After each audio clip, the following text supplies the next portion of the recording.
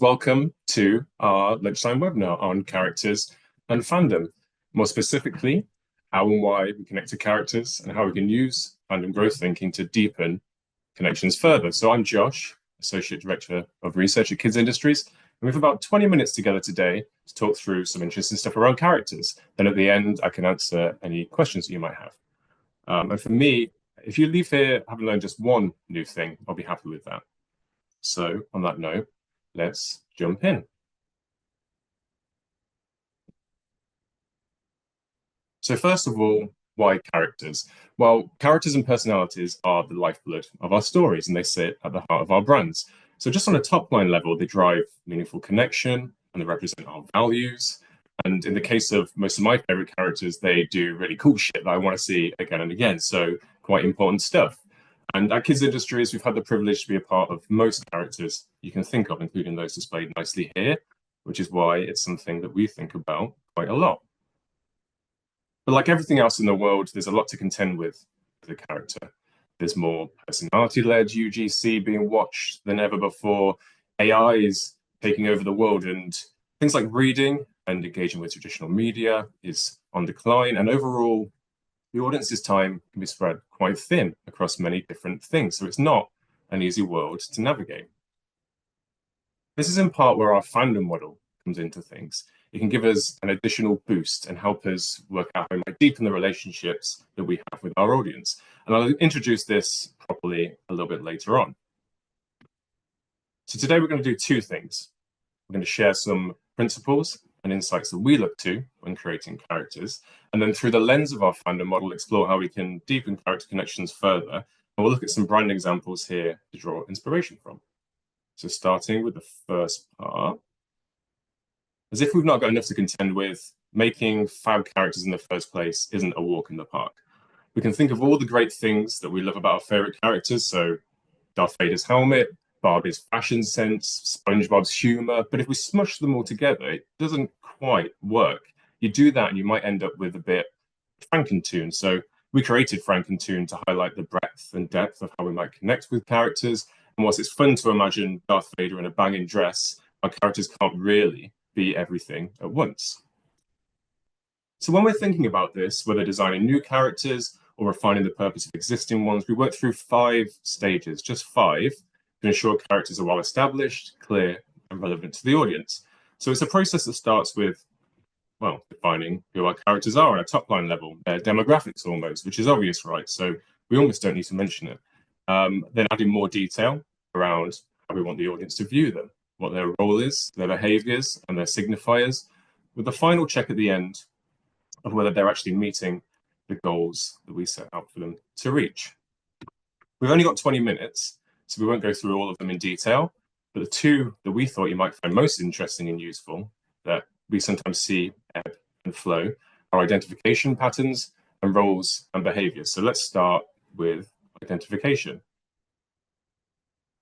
Across our work with characters, we consistently find that there are 4 key identification patterns that young audiences connect with. And this is the same for each child across the globe. So we have nurturing identification. So wanting to nurture the character, like Boo from Monsters, Inc. or Grogu from The Mandalorian, or perhaps be nurtured by them. So in the case of Sully or Obi-Wan Kenobi.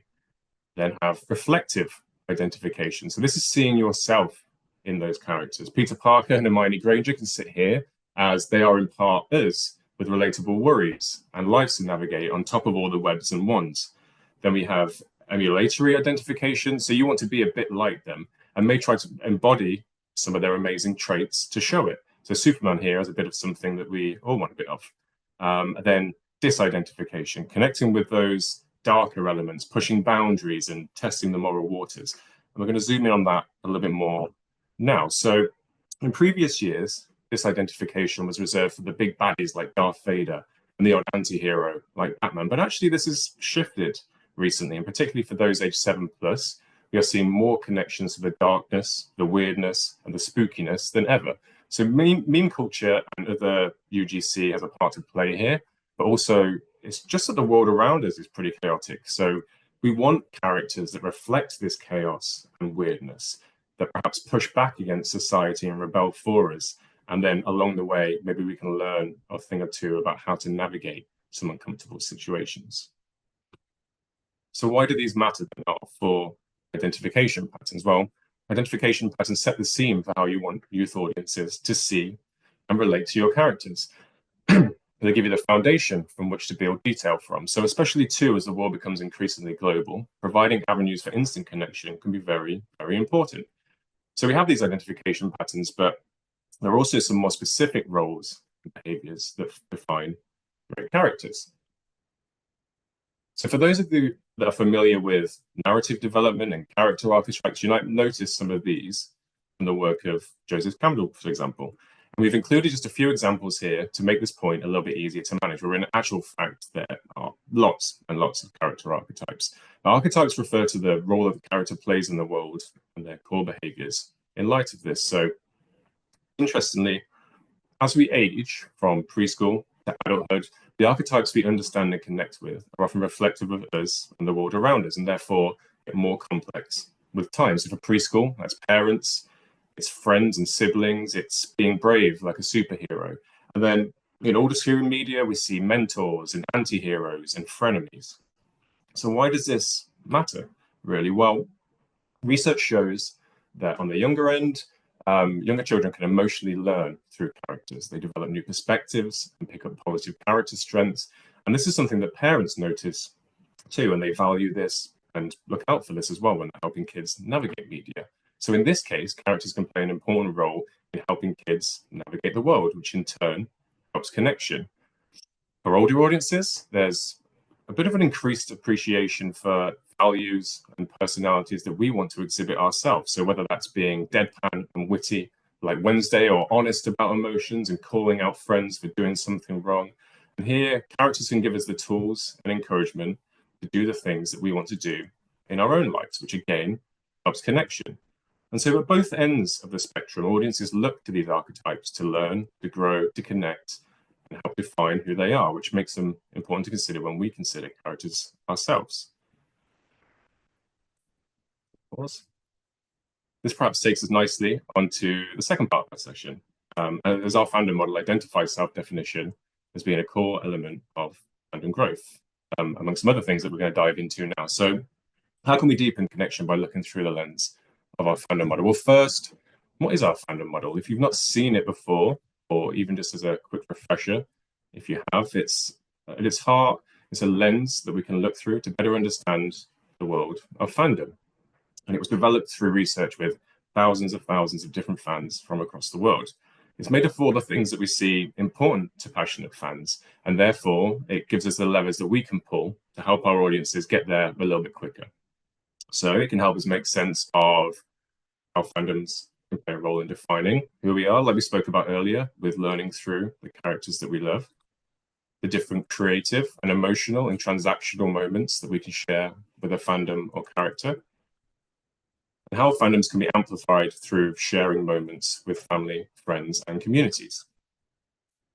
The power of the model is that we can use it in many different contexts. So whether you just have a spark of an idea, or you want to grow your fan base, solve some tough engagement challenges that you're encountering at the moment, or just nurture relationships that are already there. And this applies across brands, audiences, and industries as well. And importantly here, we can look through the lens of the fandom model to understand how we can help our characters thrive. How do we do that then? So here I want to zoom in for this second part, zoom in on 5 key areas of our fandom model, showing a couple of case studies for each of them to highlight some of the different ways character connections might be deepened through contact with youth audiences.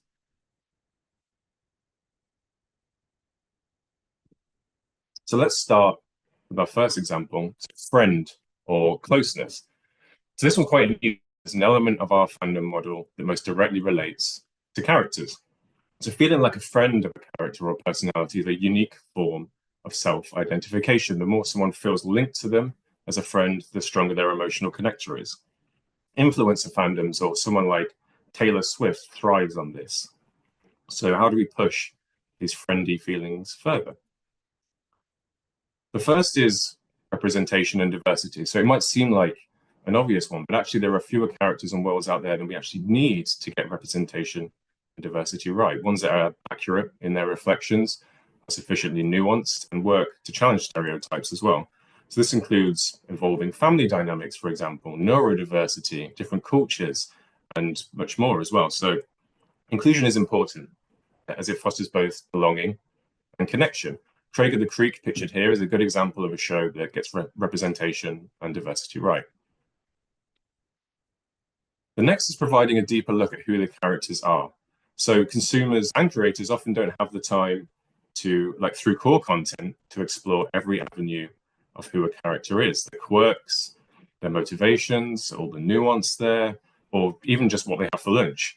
And peripheral content can help open up these channels of honesty and understanding. So whether that's through high production vlog style YouTube videos that we might see from Barbie and Unicorn Academy, or maybe even just a written short story about a character's day, or maybe a character inspired playlist to give audiences an extra glimpse of that character's personality.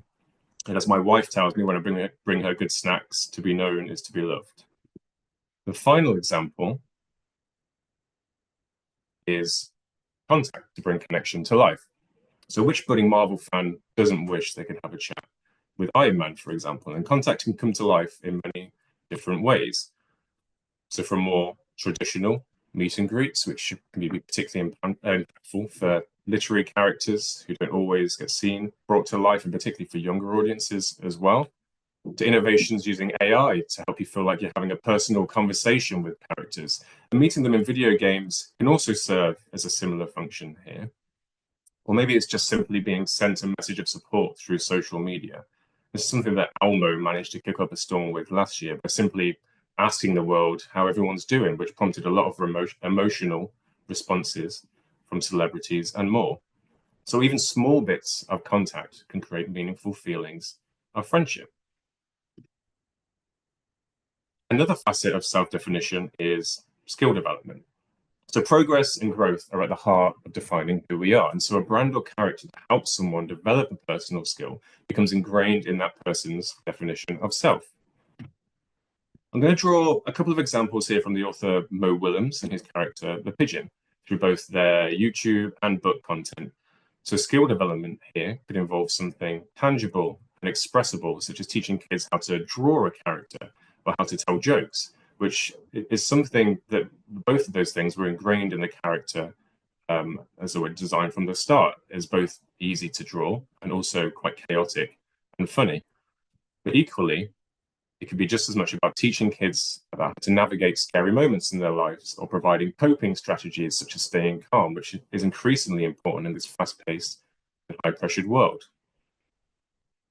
There are other examples too that put both characters and a child's socio-emotional learning at the core of a brand's experience, such as Sanrio's partnership with Kahoot to help children learn more about vocabulary and communication through Hello Kitty and Mr. Men, Little Miss, or innovation from Humi, which pauses watch content to meaningfully focus in on characters to support children's understanding of emotions and behaviors that these characters display. And supporting developing children in this way right now is perhaps just as important as ever. So research from the Sesame Workshop highlights how parents now, compared to 10 years ago, are describing their children as being less kind and thoughtful, whereas levels of anxiety and other less positive descriptors have actually increased. So for us, even modeling just a little bit more kindness in the characters we create might actually go a long and meaningful way.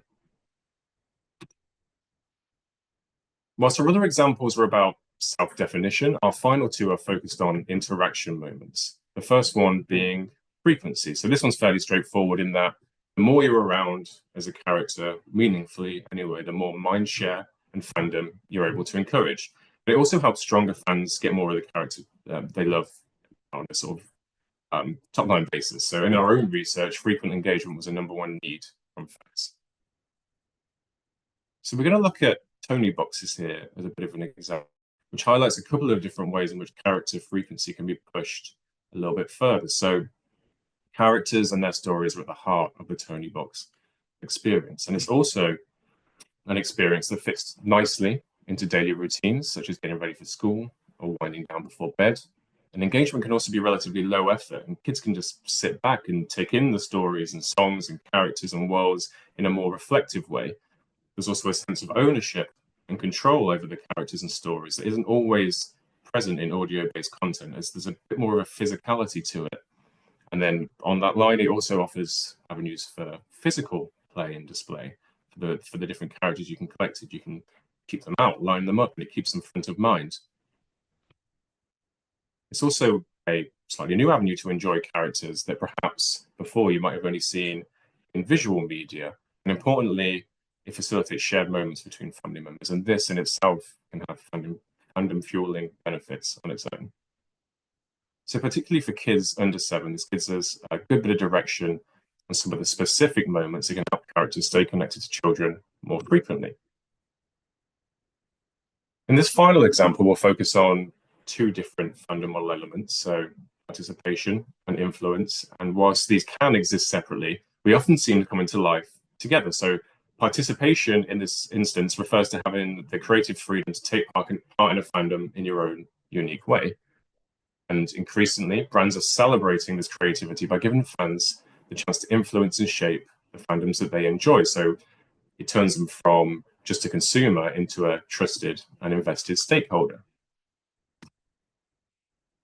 From our own research, the boom in community sharing on platforms like TikTok and Discord means fans are often looking for creative encouragement, inspiration, and tools to participate in their fandom in their own way. So a quarter of teens in our research wanted this. So it's not insignificant, and it's something that parents were found to really value too. And this creativity and support is very much something that characters can be a part of for youth audiences. There's a couple of other examples. So author Dav Pilkey, the creator of Dogman and Captain Underpants, has the Epic Comic Club. It's a community and a set of resources that encourages children to flex their creative muscles through comic writing. So not only is this an example of skill development, it also encourages children to use characters to create their own stories in new and personally meaningful ways. So by giving kids open edges and looser questions, they have some guidance, but enough creative control to deepen their emotional investment with the characters. So also with the Epic Comic Club, comics that are uploaded to the site also have the chance to be featured for everyone else to see. So allowing these works of art to be brought to life in a sort of a semi-official capacity, giving kids some amount of influence on how the brand comes to life. An adjacent example from the Pokemon Company. So every year they get thousands of submissions to their competition to have a personally crafted piece of art around a character be brought to life in an official Pokemon card. And competitions like this, even if it was for characters with much less heritage than Pikachu, can give a boost to audiences in feeling both valued and also inspired. And that takes us to the end of me talking about you today. But before we get to the questions, what are some of the things that we can take away?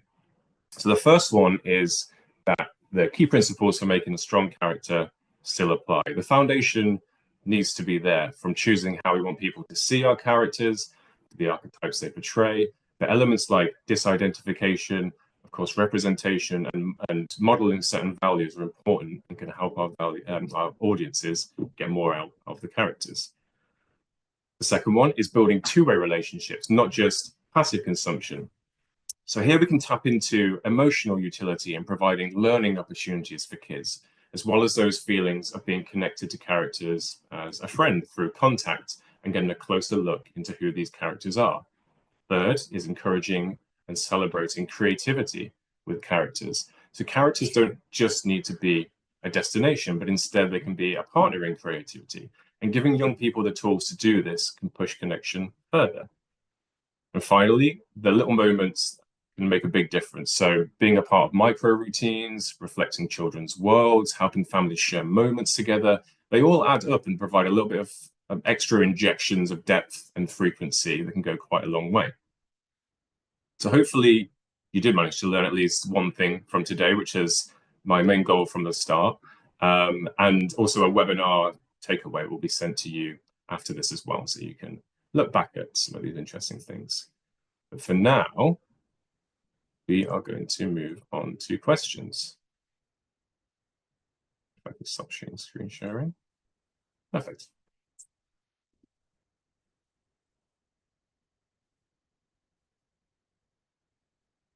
Right. I'm now going to look at questions. So if you have any, feel free to send them through and we can talk through some of them now.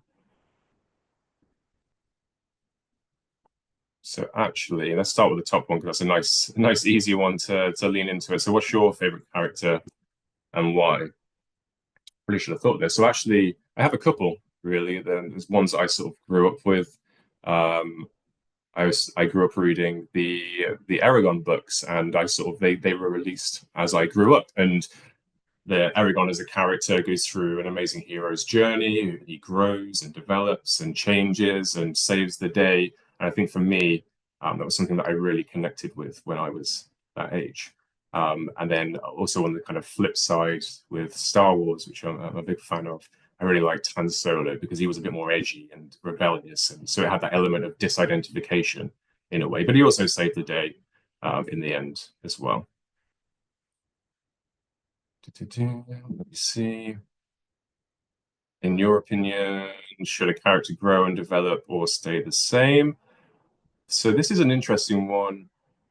I think it partly depends on the audience. So with younger children, you want them to have those moments of understanding and learning and moral lessons, but almost like a sitcom in a way. You do want the characters to kind of react um, the same as they would in series one and in series two if put into similar situations. You want them to always have those learning opportunities. So if they change too much, particularly with preschool content, that's not necessarily something that's going to be conducive to that type of content. But in teen focused media, something that has a linear story that progresses, people do want to see characters change and grow and develop, and particularly those that are kind of a bit more reflective of you as well.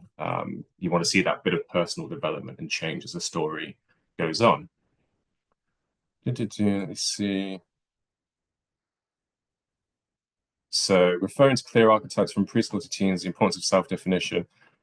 How does parents' affinity for any characters or brands play a part in developing fandom? I think they absolutely massively can. So with I think something like Bluey as well. It's obviously an example that lots of people are going to draw from. A lot of the affinity that families have for the content, I think, is probably driven by parents more than anything because they have a stronger connection with that depiction of family life and the small struggles and um, how kind of play comes to life. I think for kids in most cases it's bright and it's colorful and they see kids playing essentially, but we see a lot of parents actually driving engagement with those brands as well. So when you're thinking of an audience that might watch with their family, absolutely there needs to be that level of identification there for those as well. And with teens, I gave you sort of Wednesday as an example there. I think that was particularly well received because parents who grew up with the older TV shows and films for Wednesday had a bit of identification there, and they were able to share something team focused, which they wouldn't usually with their teens. I go through.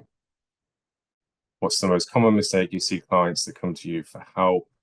I think in some cases it could be the a lack of kind of direction or clarity, maybe. So the reason that we have those 5 stages that we sort of work through is so you don't trip yourself up and you're not inconsistent and you're not clear with how you want the audience to see the character. So making sure that there's that clear identification pattern. How do we want a child to relate to this? We want them to see them like themselves. Okay, so fantastic. And then making sure that the archetypes are reflective of those that they can understand and the world around them. Something that we didn't necessarily speak about was aesthetics as well. And there's no one answer for aesthetics because it needs to be linked to the brand and the story and the world that you're creating as well. But some things, particularly for younger audiences, they need to be sort of clear play patterns, for example, and props that help facilitate play and clear signifiers of their role. You look at Paw Patrol for an example of this, you can tell by looking at the characters exactly who they're going to be and what they're going to do. And with teens as well, things like they look for characters for fashion influence as well, for example. So let's go here. Can you talk a bit about recommendations you might have for developing characters through audio experiences where visuals are not available? That is very interesting. So I think maybe it's even more important through audio to have really distinct things that each of the characters do. Obviously, the voice themselves, and if you have characters that sound very similar, it's going to be hard, obviously, for children to differentiate who they are. And then also, I think having very clear things that they do that can be brought to life through audio. So, for example, if they are all musical, making sure that one of them plays the drums and the other one's guitar, and it's really clear that when one's doing one, you know exactly who it is. And I think also the things like additional sounds as well, so it's not just voice audio, can be particularly important in helping them come to life. I think that there'll always be a bit of a depiction of the characters and who they are, and even something supplementary that, whether it's a YouTube video or a bit of written media, for example, that comes with these audio products to try and help them understand a bit more about who these characters are. Right, so what is the biggest challenge preschool brands face today with regards to unleashing their fandom? That is an interesting one as well.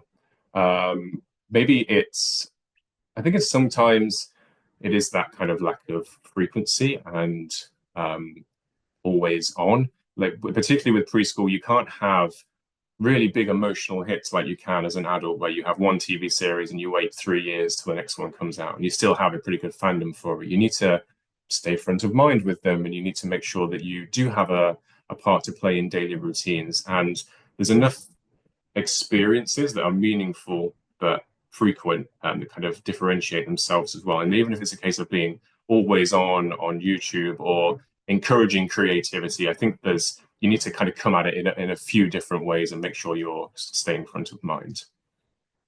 Where can I learn more about your fandom model? Well, actually, we can send a copy of our fandom booklet along with this webinar as well, actually, to everyone afterwards. And it'll give you some examples, like we discussed today, across all the different fandom areas to help you learn how you can navigate this kind of stuff as well.